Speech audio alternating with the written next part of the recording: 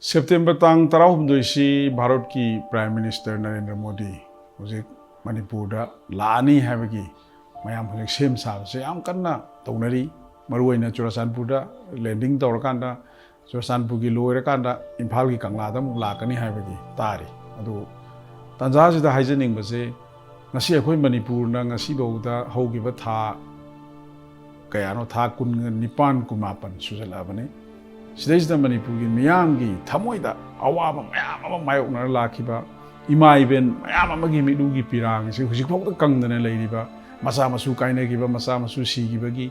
adagi yumda halaktadana manggibagi adagi leibham leitadana isagi yum mai thadokpikhiba tanthokpirakpa moredagi lakhiba Churasanpurdagi lakhiba Kangpokpidagi lakhiba mayam ama hujik relief camda mapi kangdangai leiriba magi future ji udangai leiriba adun leiriba awaba mayam sigi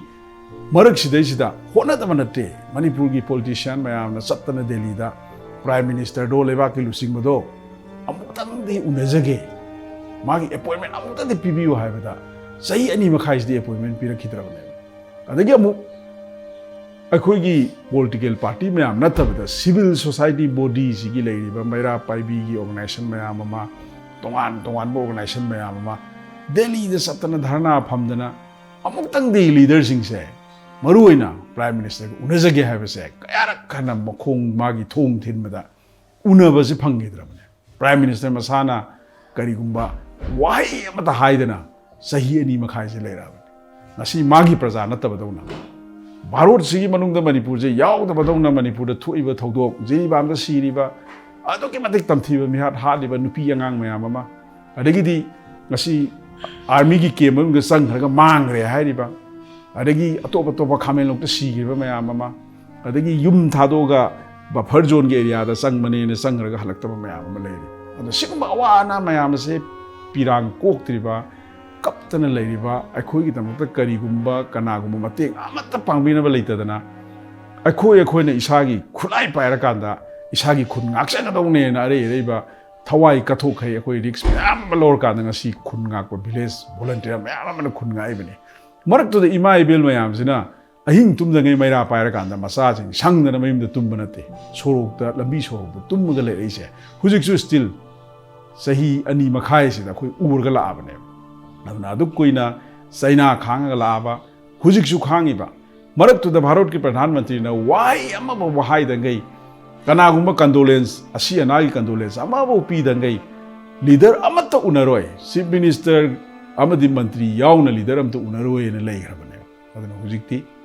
Laibok Paba Haiduera, Pataba Haiduera September, Traumduida. Assam Amadi Mizorami, Kongsata, a city, a quick Prime Minister say, Manipur Yorokadore, Churasanpur Hana landing, Torakanda Matam Karalega, Amuk Pumkarakaki, Kongsata, Manipuram Yorokadore. aduna matang sida ina aigi oiba personal oiba opinion amaka thamjaning badi aikhoina sahi ani makhai se wariba aikoi gi thamoida sokriba miru pirang kangdriba potse aikoi lakaduriba Prime Minister sida khanghan ba chumda baraba ngasi aikoi makhoi bu Prime Minister lakadore haidana firan pairaga Modi Zindabad Prime Minister Zindabad ena laurga lambi nakanda lepkadori bara kana na Prime Minister okadori Kamai Togduri have a say, Manipur, Miamna,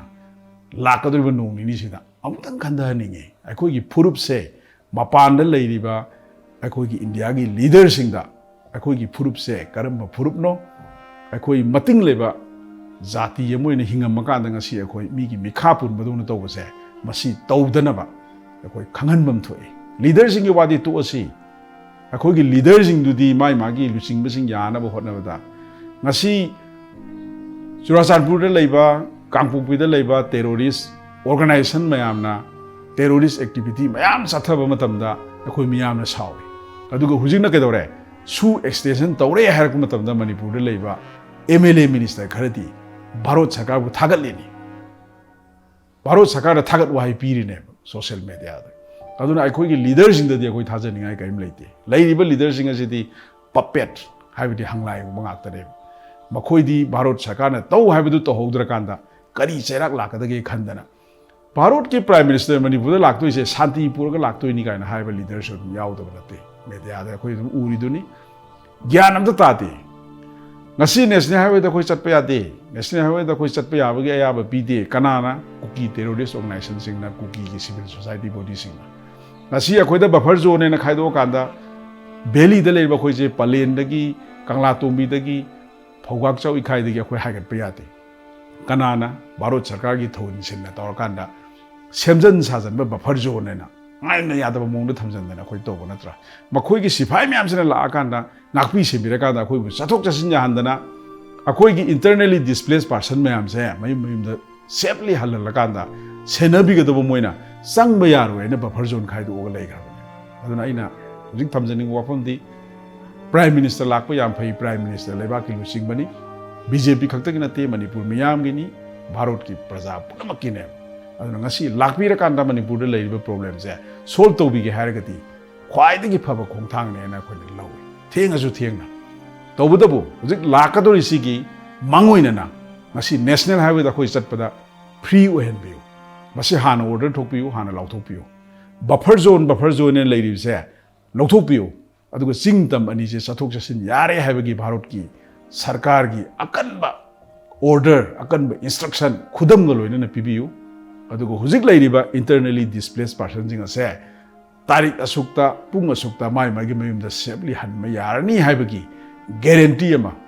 ai boina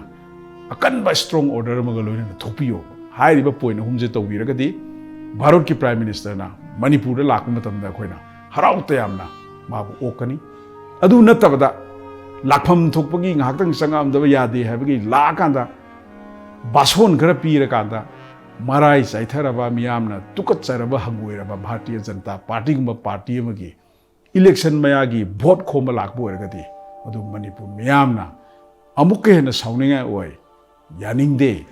aduna mado Manipur miyamna saru yaroi habase ai yoiba personal oiba moni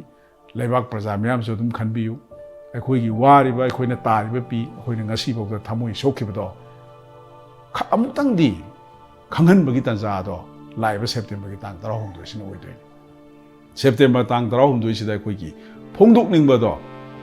phongdok godobani akhoi na wariba akhoi na ngasi thamoi da ting sokriba akhoi bo mina usitpi da pot do akhoi yade habase masida bharat ki pradhan mantri da ima ipa moina mana akhoi gi luchingba moina akhoi na ma khangan ba mathau tai ngasi prime minister lakpa matamda civil society organization mayam unabagi program semabra political party mayam unabagi program leibra